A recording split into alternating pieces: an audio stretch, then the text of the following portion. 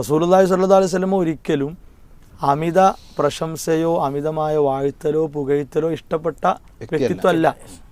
അത് റസൂലുള്ളാഹി സ്വല്ലല്ലാഹു അലൈഹി വസല്ലമയിൽ നിയലിച്ച് കണ്ടൊരു സ്വഭാവമാണ്. അവിടുന്ന് പ്രത്യേകം പറഞ്ഞു, നിങ്ങൾ എന്നെ എന്ത് ചെയ്യാൻ പാടില്ല, ലാ തുറൂനി കമാ അത്തറത്തിൻ നസ്വാറ. നസ്രാണികൾ ഈസാ നബി അലൈഹി സ്വലാമയെ പാടി പുകഴ്ത്തിയ പോലെ നിങ്ങൾ പുകഴ്ത്താൻ പാടില്ല അമിത.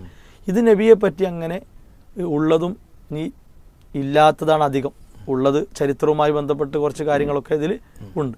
അല്ലാത്ത കാര്യങ്ങൾ നിരത്തി. ഇപ്പോൾ റസൂലുള്ളാഹി സ്വല്ലല്ലാഹു അലൈഹി വസല്ലമയെ വിളിച്ചിട്ട് പിന്നെ അൻത മുൻജീനാ ഗദം മിൻ ശഫാഅതിക സഫ മല്ലനാ മിസ്ലുക യാ സയ്യിദി ഖൈറൻ നബി. നബിയെ യാ സയ്യിദി ഖൈറൻ നബി എന്ന് വിളിച്ചിട്ട്, നബിയെ നിങ്ങൾ മാഷർ ഞങ്ങൾക്ക് രക്ഷക്കെത്തണം, ഞങ്ങളെ കാക്കണം എന്ന് പറഞ്ഞുകൊണ്ടാണ്.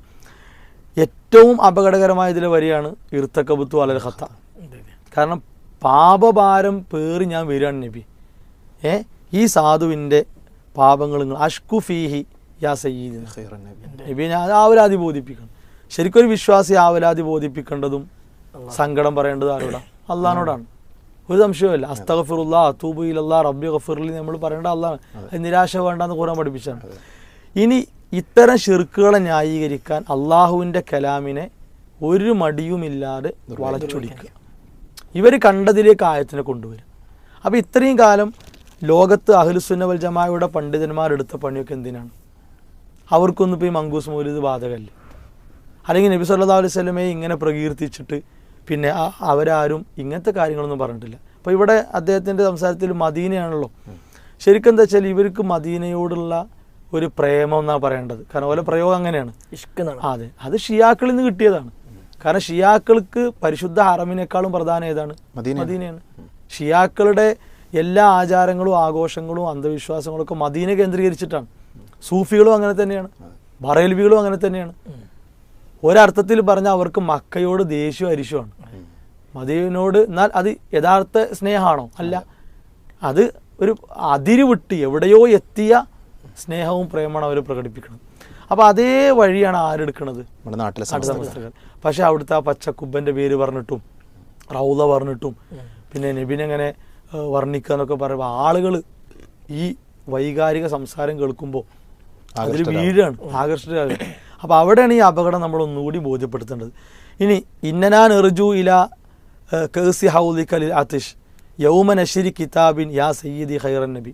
ഹൗദിലെ വെള്ളം കോരി കൊടുക്കുന്ന സമയത്ത്, അതേപോലെ ഗ്രന്ഥം കിതാബ് നൽകപ്പെടുന്ന നേരത്ത് നിങ്ങളുള്ളൂ നബിയെ ഞങ്ങൾക്ക് തുണ താങ്ങെന്ന് പറഞ്ഞിട്ടാണ് പാടുന്നത്. അഷ്ഫാഅത്തു ഹബ്ലന ഫിൽ ഖിയാമത്തി മുഷ്ഫിഖ വാഹ്ലന ഇൻലാ യാ സയ്യിദി ഖൈറൻ നബി. ഷഫാഅത്ത് കിട്ടാനുള്ള വഴികൾ ഇസ്ലാം നമ്മളോട് പറഞ്ഞിട്ടുണ്ട്. പക്ഷെ അതൊന്നും വേണ്ട, നബിനെ നേരിട്ട് വിളിച്ചു കണ്ട് ഇങ്ങനെ നോക്കുകയാണെങ്കിൽ ഷിർക്ക് നിറഞ്ഞ വരികളാണ് നമ്മളിവിടെ കാണുന്നത്. ഇപ്പോൾ ഇവിടെ മുസ്ലിയാർ ഓതിയ അല്ലെങ്കിൽ മുസ്ലിയാര പാടിയ വരി റബ്ബി വർസുഖ്നാ സിയാറത്തഹു ഖബല ഖബലിർ റൂഹി വൽ ഖറജി. ഇതാണ് വരി. റബ്ബേ, എൻ്റെ റൂഹ് പിടിക്കപ്പെടുകയും ഞാൻ അന്ത്യയാത്രയിലാവുകയും ചെയ്യുന്നതിന് മുമ്പ് നബിതങ്ങളെ സന്ദർശിക്കുവാൻ നീ വിധി കൂട്ടണമെന്ന്. ശരിക്ക് കാബം അതാണല്ലോ നമ്മളെ ഖിബില. ആ ഖിബിലൊന്ന് കാബൊന്ന് കാണുക, പിന്നെ അവിടെ ഒരു ഉംറ അല്ലെങ്കിൽ ഒരു ഹജ്ജിനെത്തുക, ആ മക്കയുടെ ഹുർമത്ത് മനസ്സിലാക്കിയിട്ട് അവിടെ എത്തുമ്പോൾ സ്വാഭാവികമാണ് ഒരു വിശ്വാസിയുടെ മനസ്സ് കൊതിക്കും മദീനത്തൊന്ന് പോകണം, നബി ജീവിച്ച അവിടുന്ന് പ്രബോധനം നടത്തിയ ആ സ്ഥലം കാണണം. അത് ഒരു വിശ്വാസിയുടെ മനസ്സിലുള്ള ആഗ്രഹം തന്നെയാണ്. എന്നാൽ മക്കയെ വിസ്മരിച്ച് ഇങ്ങനത്തെ കുറേ മാലപ്പാട്ടും പാടിയിട്ട് മദീനത്തൊക്കെ ആളുകളെ കൊണ്ടുപോകാൻ പറയുമ്പോൾ ഇതൊക്കെ ശരിക്കും ഒരു അല്പത്തരന്നേ പറയാൻ പറ്റുള്ളൂ. അതിൽ ആ പ്രയോഗം അങ്ങനെ തന്നെ കൊടുക്കണം. കാരണം എന്താ വെച്ചാൽ അല്ലദീന യസുദ്ദൂന അൻ സബീലില്ല, അള്ളാഹുവിൻ്റെ മാർഗത്തിൽ നിന്ന് ജനങ്ങളെ തടയുക എന്ന് ഖുർആൻ ആവർത്തിച്ച് പറഞ്ഞൊരു കാര്യമാണ്. പ്രത്യേകിച്ച് ഈ പുരോഹിത പാതിരിമാരുടെ വിഷയത്തിൽ അത് പ്രത്യേകം ഖുർആൻ പറഞ്ഞു. എന്താണ് ഈ അല്ലദീന യസുദ്ദൂന അൻ സബീലില്ല എന്ന് പറഞ്ഞാൽ? യസുദ്ദൂന പിന്നെ അവർ തടയുന്നു അൻ ഇത്തിബായി സബീലില്ല, അള്ളാഹിൻ്റെ മാർഗം പിൻപറ്റുക എന്നതിൽ നിന്നാണ് ജനങ്ങളെ തടയണത്. അതാണല്ലോ ഇപ്പോൾ ഉണ്ടായത്. മങ്കൂസിലെ ഈ വരി ഓതിയിട്ട് മദീനത്തേക്ക് എത്താൻ പറ്റുമെന്ന് അല്ലെങ്കിൽ അങ്ങനെ പറ്റുള്ളൂ എന്നൊക്കെ പഠിപ്പിക്കുക പറഞ്ഞാൽ എന്ത് ദീനാണത്? ഇല്ല.